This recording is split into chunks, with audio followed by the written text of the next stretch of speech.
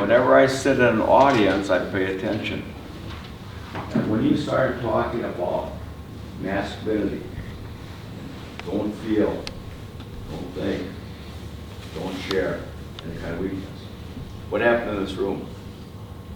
Quiet. Why? Generative question. Generative question. These are important things to begin to recognize, and how leadership is so significant and important. I'll just kind of come back to that in just a moment. So much of what you have to say, and so much of what you all have to say today is significant and important. I'm a researcher, but not in the traditional way in which all of you are marvelous, thoughtful, analytical researchers. I don't know if it was Kent or Larry who invited Parker Palmer to one of our conferences to talk about sadness as a moral virtue. Extraordinary. Parker Palmer, who I think is a great thought leader. A book we should all be reading right now is Healing the Heart of Democracy. I mean, he speaks to how as we bring people from different perspectives together. But he said this about himself. He said, I'm a researcher, in that I research my heart and my soul and my mind every day. That's the work that I do. I don't write articles, I talk. I have a website that my daughter designed for me, Tom T Talks. He opened up and said, hi, I'm Tom, I like to talk. And I give about 200 presentations a year. And I borrow from all of you. Dirk, I've been quoting you for years. People in all his audiences, from plumbers to people that are working in medical, they know about you and in the nature of servant leadership. Bob Lighton came and spoke at our conference and said, servant leaders are people who believe in tough love.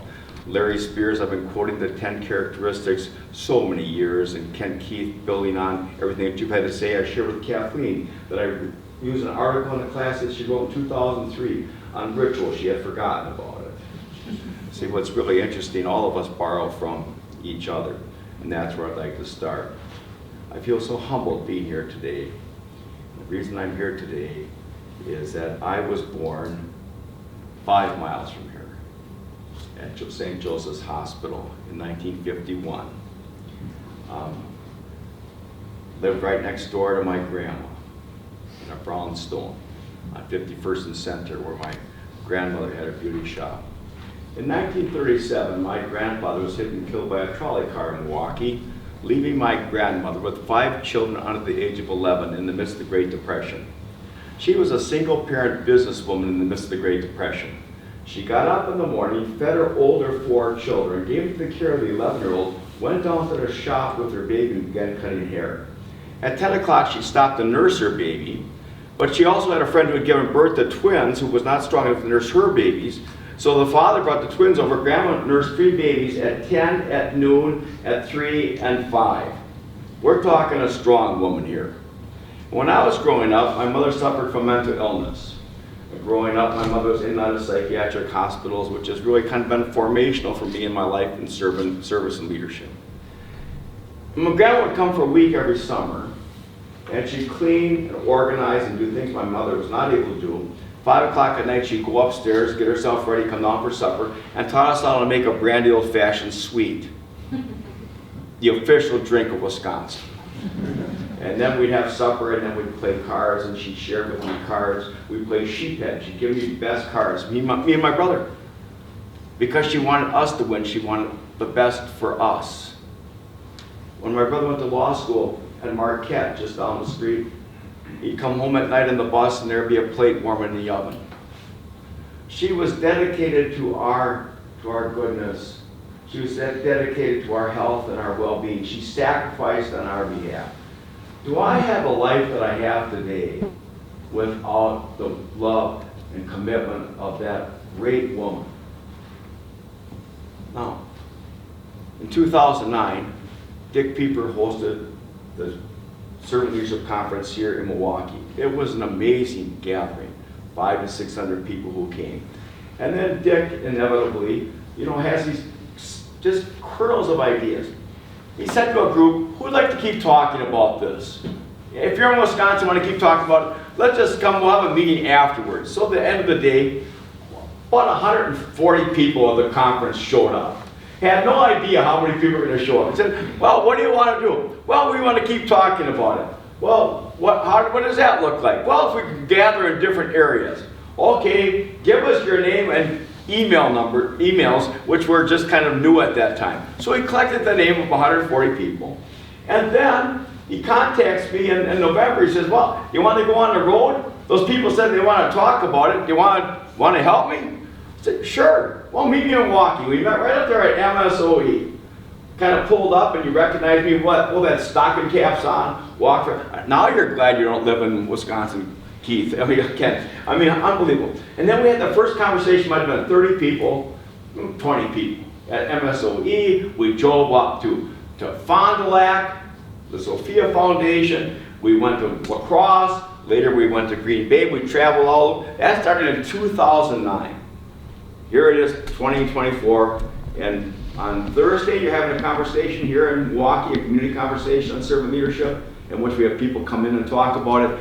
In November we have one in La Crosse, and then what happens, we have these round tables, the conversation continues. And I would tell you this, is that Dick has been quoting your research for years. When he talks about what's happening in the servant leadership world, to see how we build on each other. I'm not here today without that friendship and the mentorship of Dick Pieper. Now, why this is so important? It ties into the research. Most young men are floundering because they do not have a mentor or a strong male in their life. I'll talk about that in just a moment. So for those of you who are teaching, those who are fathers and grandfathers, how important and significant this is. So when you talk about it, you could just tell people were thinking about the implications of this good research. Second thing I'd like to share with you is because I feel blessed, I have a blessing for all of us. This was written by one of my students, and she wrote this: a blessing for leaders. May you look for patterns that identify complex problems, patterns that solve system glitches, patterns that prevent future issues. May you sit with grief that comes from loss, grief that comes from change, grief that comes from experience. May you experience joy that comes from laughter, joy that comes from storytelling, joy that comes from the human heart.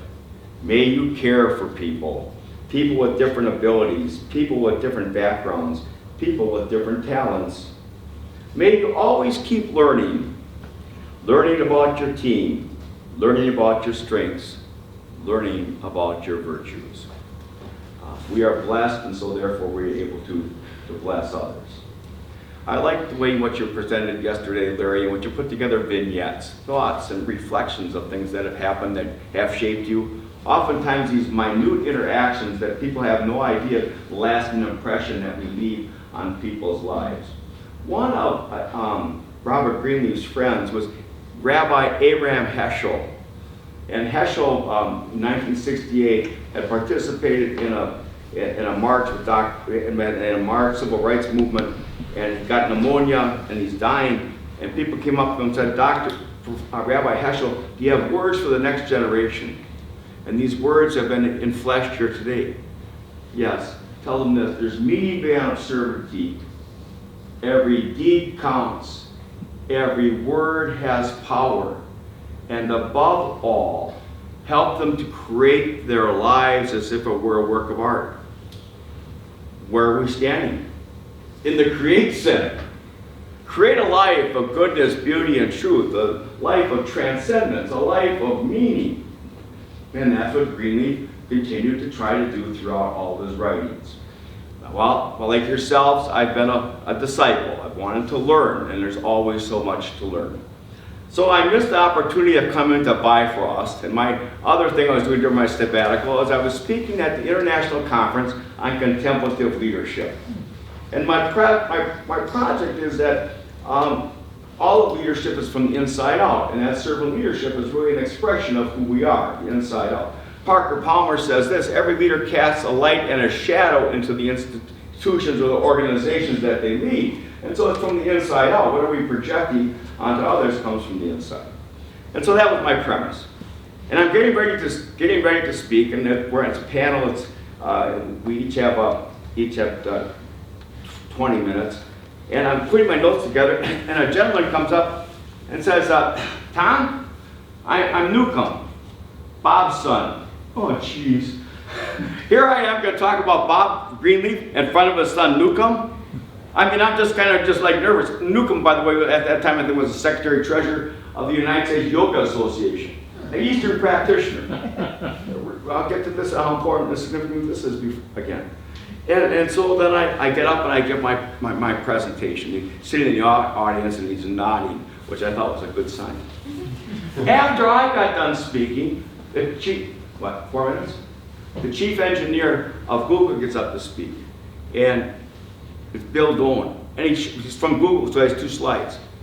One is a picture of people lying on the ground in a room like this. They have introduced meditation at Google.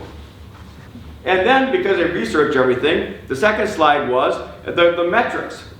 After 1 year of meditation at Google, people reported a 31% increase in civility, a 28% increase in human dignity and respect.